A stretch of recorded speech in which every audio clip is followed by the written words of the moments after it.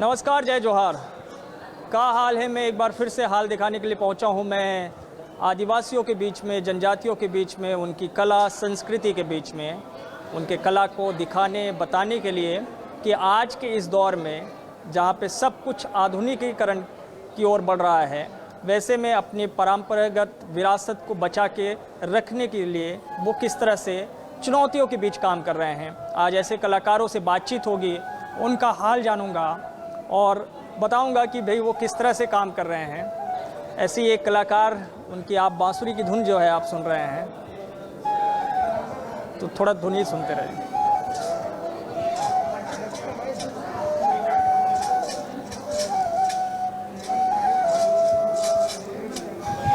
क्या नाम है? शोभाराम है।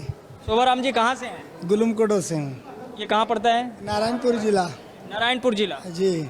अच्छा, आप क्या काम करते हैं वहाँ? बस बांस का ही काम करता हूँ सर। बांस का काम? हाँ, और समय में खेती का काम। अच्छा। हाँ। तो बांस का काम करने वाले आपके इलाके में कितने हैं? बहुत सारे हैं। सब लोग हैं। हाँ, नारायणपुर जिला अबूझमाड़ से लगा हुआ है। हाँ। पूरा जिले में हमारे ऑफिस है। हाँ। नारायणपुर जिले में वहाँ मशीन पूरा लगा हुआ है। उसमें बहुत हम लोग वहीं काम करते हैं गर्मी भर। अच्छा। और तो आप लोग क्या माड़िया जनजाति हैं? हाँ, माड़िया जनजाति है। अच्छा।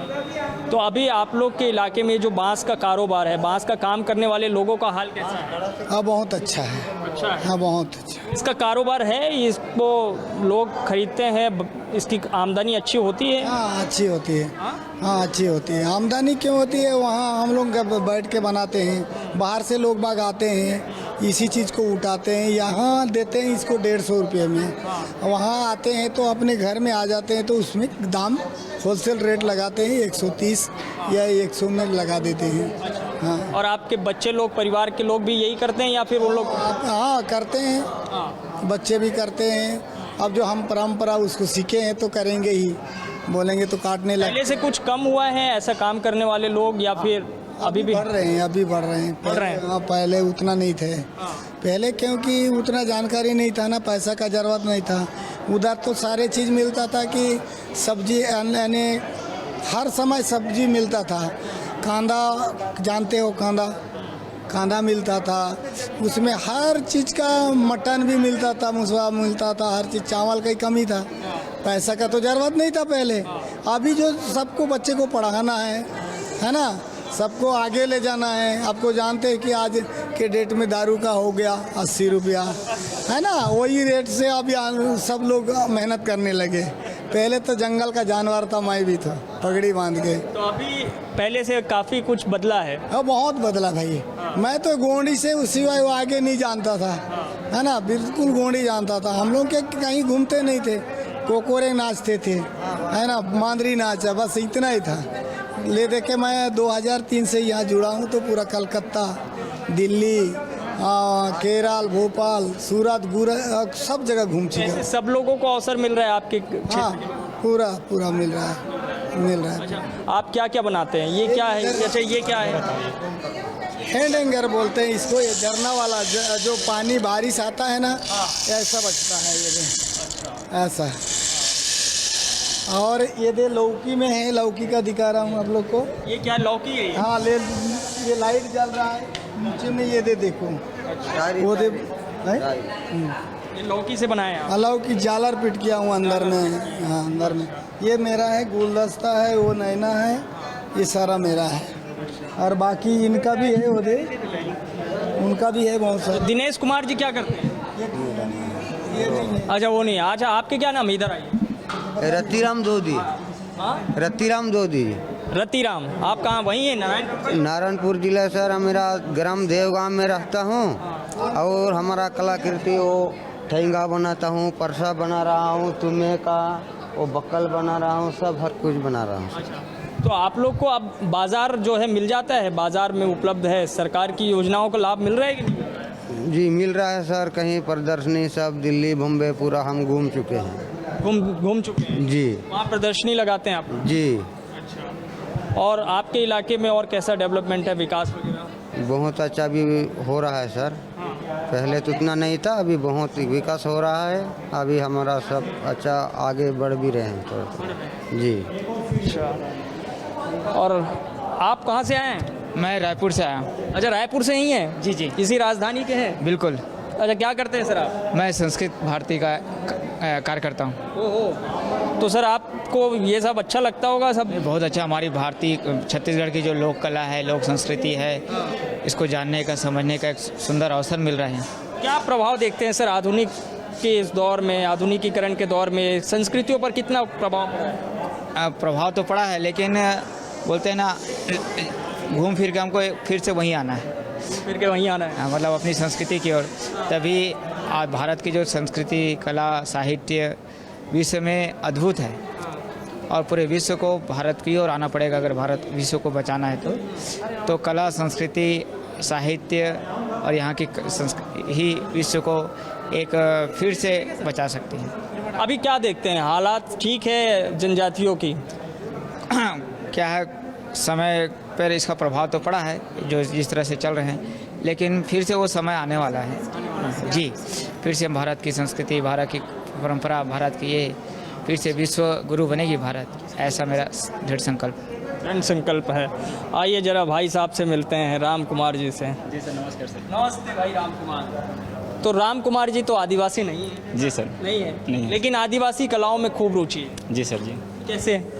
मैं चाहता हूं कि हमारे जो विलुप्त हो रही जो सांस्कृतिक धरोहर है, उनको एक संग्रहालय के माध्यम से, पाटन आर्ट के नाम से, और एक संग्रहालय के माध्यम से सहेज कर रखने का प्रयास कर रहा हूं सर। पाटन आर्ट, ये पाटन आर्ट क्या है? ये पाटन आर्ट मतलब हमारे जो मुख्यमंत्री ग्राम जो क्षेत्र है, क्योंकि मैं पाटन से हूँ और पाटन का भी जो विकास है जो वो बहुत तेज़ी से हो रहा है, तो मैं चाहता हूँ कि पाटन में एक हमारा संग्रहालय खुले जिसका नाम पाटन आर्ट हो, और उस पाटन आर्ट में जैसे बस्तर आर्ट का नाम फेमस है, वो तो विश्व प्रसिद्ध है, लेकिन हमारा एक पाटन आर्ट है वो भी प्रसिद्ध हो जाए, ताकि उसमें जो हमारी जो सांस्कृतिक धरोहर है उनको हम लोग रख के, उसको सहेज के लोगों तक पहुंचाने का उसको काम करें।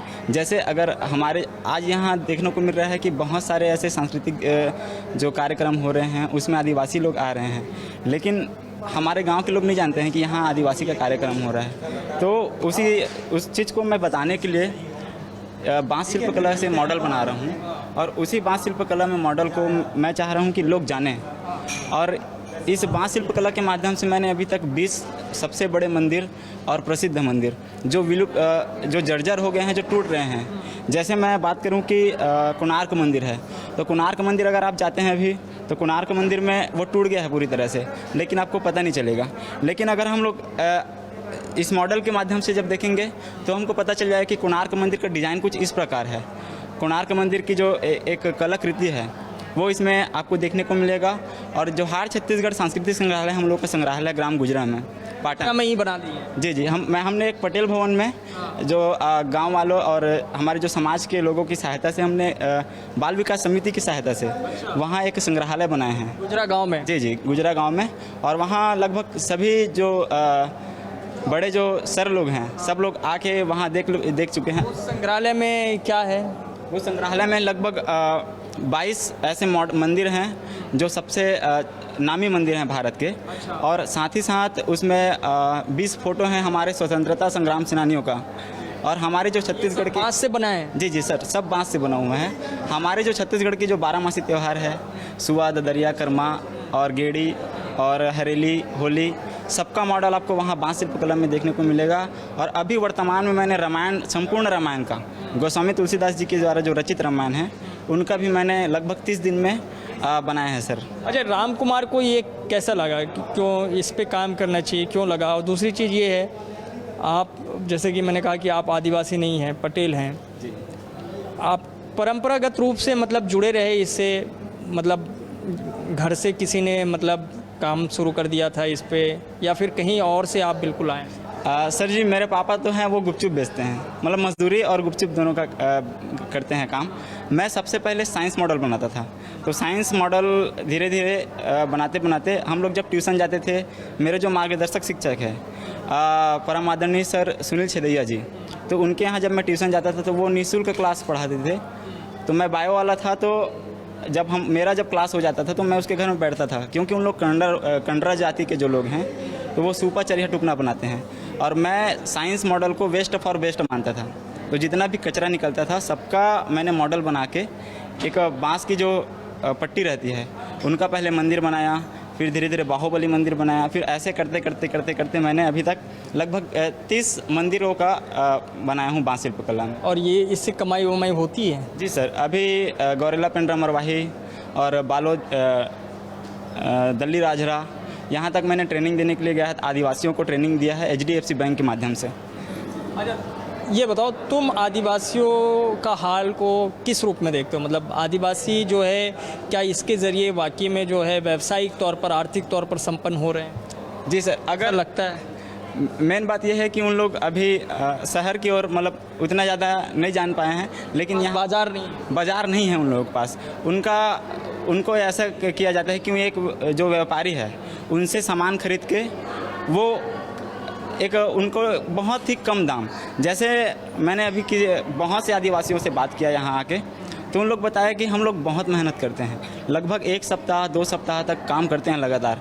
जैसे एक मोर बनाए हैं तो उनका मैंने उनको रेट पूछा कि ये कितने रुपए का है, तो वो बोले कि ये 500 रुपया 700 रुपये का है, लेकिन उसमें काम कितना हुआ है 1 सप्ताह 2 सप्ताह, तो आप लोग उसका कम कीमत क्यों ले रहे हो?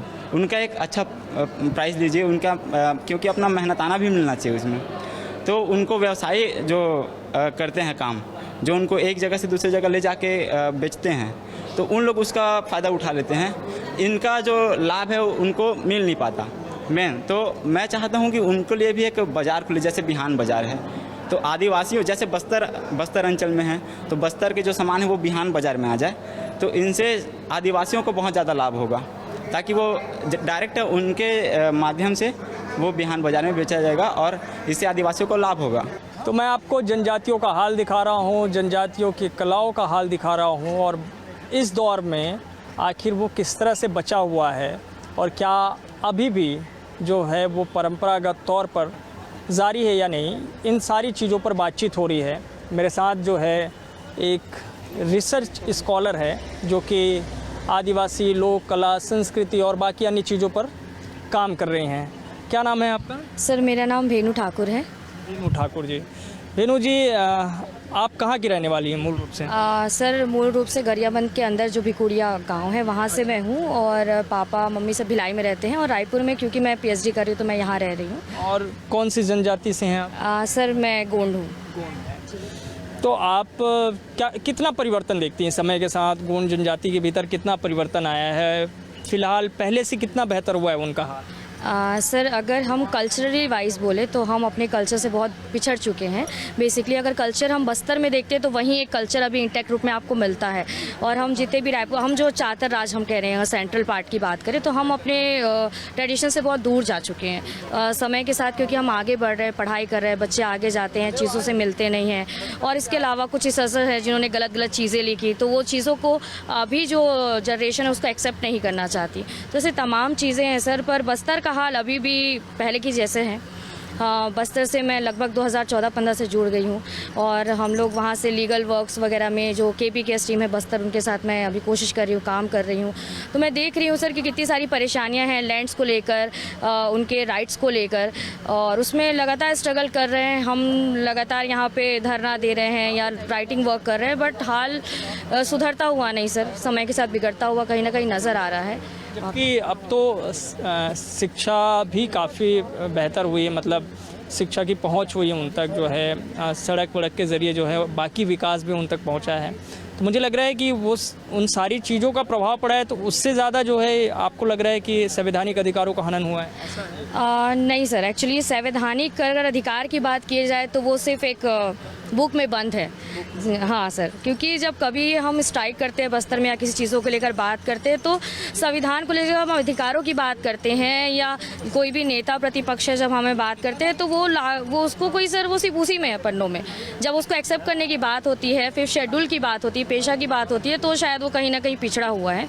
और जहाँ तक रास्तों की बात है, ये सब बात है, वो अंदर तक नहीं है सर। मैं ऐसे बहुत अंदर तक गई हूँ कि आज भी जो हमारे वहाँ के सियान लोग हैं उनको अगर बाज़ार जाना है, मेडिकल फैसिलिटीज़ है, तो उनको 15-15, 20-20 किलोमीटर तक उनको पैदल वहाँ तक वॉक करके जाना है। हमें बहुत बड़ी चीज़ें नहीं चाहिए सर। पीछे क्या चुनौतियाँ आपको दिखाई पड़ती है? मतलब आप तो चूंकि उधर घूम भी रही हैं, तो चुनौतियाँ क्या है? सर चुनौतियाँ यही है कि वो डरने लगे हैं अब लोगों से एक्चुअली। विश्वास नहीं है? हाँ सर, विश्वास की कमी होते जा रही है, क्योंकि ना मुझे भी कम्युनिकेट करने में बहुत प्रॉब्लम होती है।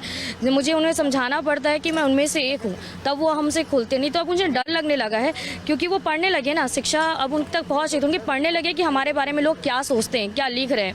तो उनको लगता है जब हम कपड़े अपना पहनते हैं तो उनको लगता है कि हम सिर्फ नाचने आए हैं, क्योंकि आज अगर आप अभी प्रेजेंटली अगर आप देख रहे हैं तो हम सिर्फ नाच ही रहे हैं। हमारे साथ अभी मेरे एक साथी हैं सुखराम ध्रुवा, अभी वो बिलासपुर में गए, वो भी डांस करने के लिए गए, अपनी संस्कृति को प्रेजेंट करने के लिए। बट जब उससे आप ये कह रही हैं कि सांस्कृतिक तौर पर जो चीज़ें हैं वो नृत्यों तक, गीतों तक सीमित है, मतलब वही देख के ये जान जाते हैं कि भाई ये संस्कृति बची हुई है। बस हाँ सर, ये बोल सकते हैं आप, क्योंकि जब हम ना अपने कपड़े को जब पहनते थे ना, नॉर्मली हम पहन के घूम नहीं सकते। उनको लगता है अभी नाच, अरे आप लोग नाचने वाले हैं, तो ये दैट मेंटालिटी सेट हुई है। तो अभी बस कुछ अच्छे बातें हुई है कि हमारे युवा इस तरफ आगे बढ़ रहे हैं और नॉर्मल जगहों पे भी वो कोशिश करने लगे, वियर करने लगे। इसलिए हमने ज्वेलरी स्टार्ट किया, जैसे मैंने भी यहाँ पे रुपया माला पहना है, सूता पहना है, तो हमारे लोग और छत्तीसगढ़ में भी जितने लोग छत्तीसगढ़ियाँ हैं उन लोगों ने भी स्टार्ट किया है। अब धीरे धीरे नॉर्मल जगहों पर भी लोग मांग मैं देख रहा हूँ कि जो गैर छत्तीसगढ़ी समाज है उनमें भी अब काफ़ी आई है। हाँ सर, बहुत गैर छत्तीसगढ़ी, क्योंकि वो यहाँ पे रह रहे हैं, संस्कृति से प्यार जो करते हैं वो ज़रूर इस सब का अभी पहनने लगे हैं। वो एक मतलब फैशन का भी एक बना है आधार की, जो प्राचीन चीज़ें हैं वो उसको जो है पहना जाए, देखा जाए, तो वो एक फैशन में भी आ गया है। हाँ सर, वो फैशन में भी आ चुका है। तो कम से कम मैं ये सोचती हूँ कि अगर फैशन में आ गया तो कम से कम उस रूप में भी इसका प्रचलन शुरू हो जाए, क्योंकि नहीं तो एक समय आएगा कि हमारे पास नहीं वो चीज़ें मिलेगी। अगर आप देखेंगे हमारे पास कुछ चीज़ें ऐसी रेयर चीज़ें ना, वो अब बनती ही नहीं है। जैसे सर वो वहाँ पे ठोसा है हमारे पास, नॉर्थ में उरांव लोग हैं। नहीं वो सूता दिखाना तो प्लीज़।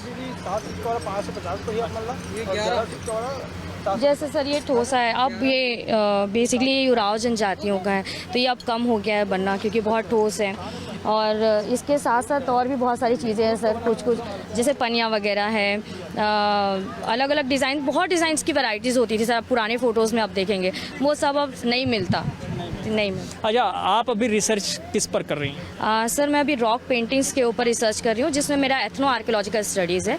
आर्कियोलॉजी के साथ साथ जो वहाँ का ट्राइबल कम्युनिटी है वो उसके बारे में क्या सोचते हैं, क्या बिलीफ रखते हैं, और ये सब को लेकर मैं अभी स्टडी कर। कहीं कोई खोज की? हाँ सर, जो ऑलरेडी रिपोर्टेड साइट्स थे उसके अलावा मैंने और अभी 5 से 6 नए साइट्स को अभी रिपोर्ट किया। कहाँ पे? सर ये बस्तर संभाग में ही है। अच्छा, बस्तर में? हाँ, बस्तर संभाग में।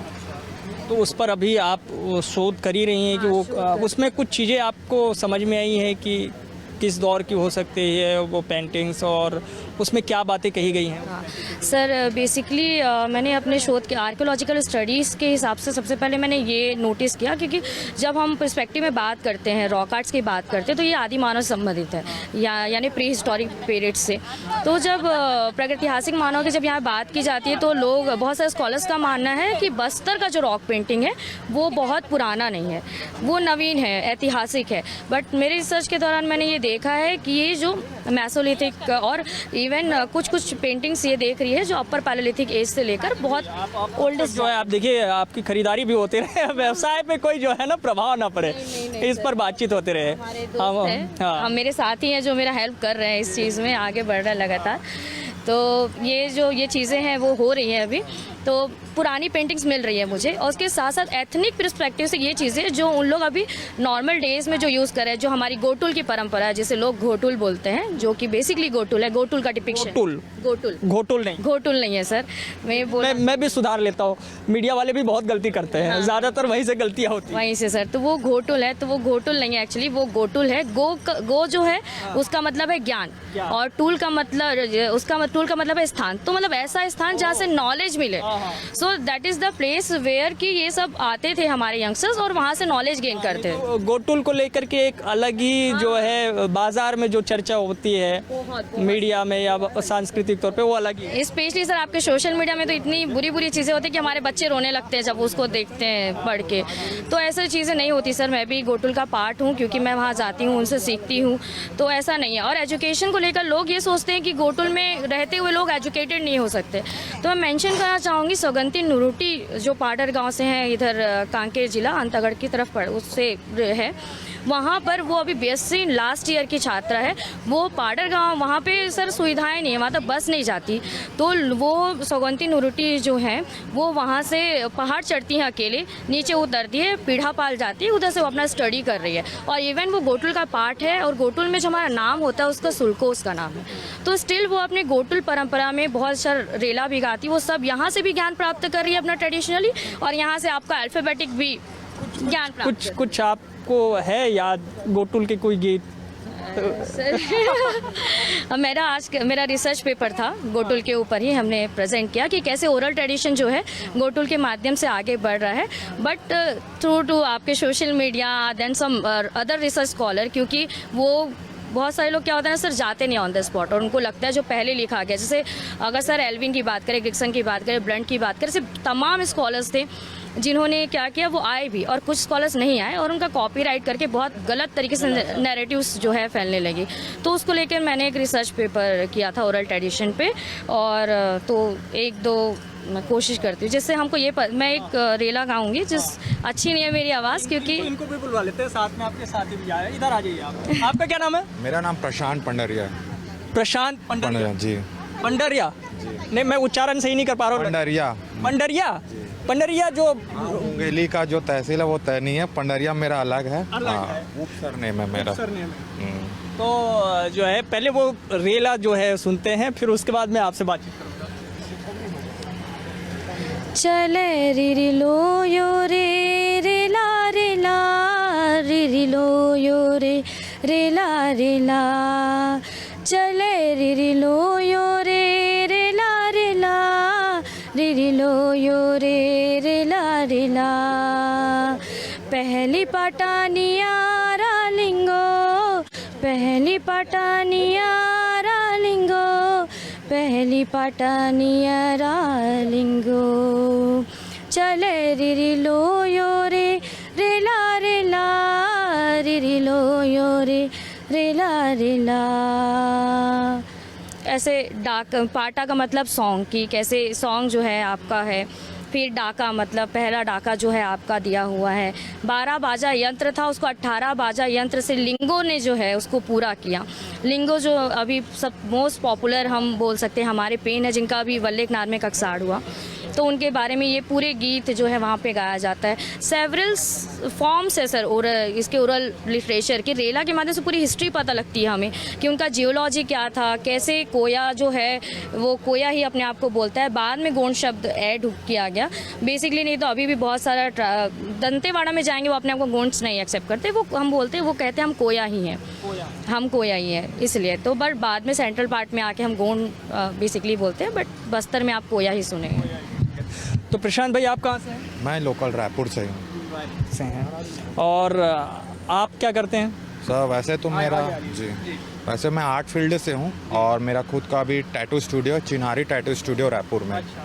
उसके अलावा मैं पेंटिंग्स, रंगोली और स्केचिंग का काम भी करता हूँ।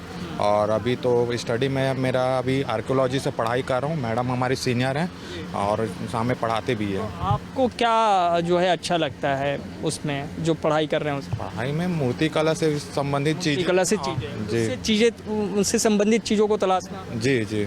और उसमें जो कला पक्ष है जो देखने के लायक रहता है वो चीज़ें मेरे को ज़्यादा अट्रैक्ट करती है। और वैसे मेरा बैकग्राउंड भी आर्ट से रिलेटेड है तो उसमें ज़्यादा रुचि है मेरी। रुचि है। अच्छा भाई साहब से पूछ लेते हैं, आपका क्या नाम? प्रीतेश नाम है ना? हाँ। आप भी पढ़ाई कर रहे हैं क्या? नहीं, पढ़ाई नहीं कर रहा सर। ये अच्छा, आप तो नौकरी करते बताते हैं। डेली बेस में लगा हूँ यहाँ पे। आपकी रुचि है इसमें, ये आदिम संस्कृति जो है कला? मैं एंथ्रोपोलॉजी से मतलब MSc पास आउट हूँ। अच्छा। तो लगभग बहुत दिनों तक 2-3 महीने कहीं पे जाके कुछ काम किया? हाँ, ये बिरहोर ट्राइब में किया था, जसपुर में। बिरहोर में? हाँ, बिरहोर ट्राइब में। वहाँ की जो तो अभी इस दौर में क्या लगता है उनका हाल पहले की अपेक्षा कितना बदला है? नहीं, कुछ भी नहीं बदला है मेरे को ऐसा बदला है? लगता कि एकदम जैसे थे वैसे ही अभी तक कोई डेवलपमेंट का नाम से कोई चीज़ ही नहीं है सर। क्या लगता है चुनौतियाँ कहाँ पे है, कैसे काम किया जाए? ये इसके लिए तो मैं कुछ भी नहीं बोल सकता बाकी सर क्योंकि देखिए गवर्नमेंट के हाथ में सब चीज़ें हैं। गवर्नमेंट ऐसा नहीं है कि नहीं कर रहा है, हम मानते एक्सेप्ट करते हैं कि गवर्नमेंट कर रहा है, बट क्या वो सुविधाएं उनके तक डायरेक्टली पहुंची जा रही है? हम अभी भी जशपुर में ऐसे इलाकों में गए हैं जहाँ पे पहाड़ी कोरवा स्टिल अपनी गुफाओं में रहते हैं। सो क्यों ये हो रहा है? क्योंकि वो पिछड़ी ट्राइब है, उनके लिए ज़्यादा पैसे, बिरहोर के गाँव ऐसे हैं वो बिरहोर के लिए भी पैसे निकले हैं कि उनके लिए घर बनाया जाए, ये सब है। क्यों वो स्टिल वैसे रह रहे हैं? क्यों पहाड़ी कोरवा स्टिल गुफाओं में रह रहे हैं? क्यों वहाँ के सचिव लोग काम नहीं कर रहे हैं? तो क्या है ना सर, हमको हर चीज़ के लिए स्ट्रगल, हम जानते हैं हमारे लिए काम हो रहा है, पर अब प्रॉब्लम ये है कि ना हमें अपनी चीज़ों के लिए स्ट्रगल करना है पूरे, हमको बताना है कि नहीं भाई हमारे लिए हमको दो। अगर हम नहीं आवाज़ देंगे ना तो हम वहीं पड़े रहेंगे। और आपका क्या नाम है सर? यस सर, मेरा नाम वीरेंद्र कुमार है सर। वीरेंद्र भाई आप क्या करते हैं? मैं सर अभी MA सेकंड सेमेस्टर का छात्र हूँ पंडित रविशंकर शुक्ल में। मैं इसका बैचमेट हूँ प्रशांत। ठीक है, तो आपको क्या अच्छा लगता है इसमें? वैसे तो सर हमारा जो फील्ड है कल्चर संस्कृति पूरा तत्व जुड़ा हुआ है सर। तो आपने कहीं विजिट किया है किसी जगह पे? नहीं सर, अभी किया है? हम लोग जूनियर तो अभी तक नहीं किए हैं, खाली अभी पढ़ाई कर रहे हैं सर इसके बारे में। जी सर। आपको आदिवासी संस्कृतियों पे रुचि है? ये सर रुचि है, लेकिन मेरा नॉलेज नहीं है सर, लेकिन मैम के साथ रह के मैं सीख जाऊँगा, क्योंकि आज मेरा जस्ट दूसरा दिन है सर। जी सर। अच्छा, क्या करना चाहते हो तुम? सर अब जो भी हो सके, मतलब जितना पढ़ रहा हूँ सर। पढ़ाई के बाद क्या करना चाहोगे? वही सर, अब देख रहा हूँ धीरे धीरे वो मेरे फील्ड का नॉलेज हो रहा है सर, उसके अनुसार मैं आगे बढ़ूँगा सर। यस सर, क्योंकि हमारे फील्ड में सर इतिहास, पुरातत्व और संस्कृति, कल्चर ये सब जुड़ी हुई है सर। तो सभी चीज़ों को हम लोगों को पूरा खंड मतलब पढ़ना पड़ रहा है सर, इसलिए अभी मैं वो एकदम फिक्स नहीं किया हूँ। जी सर। बहुत बढ़िया।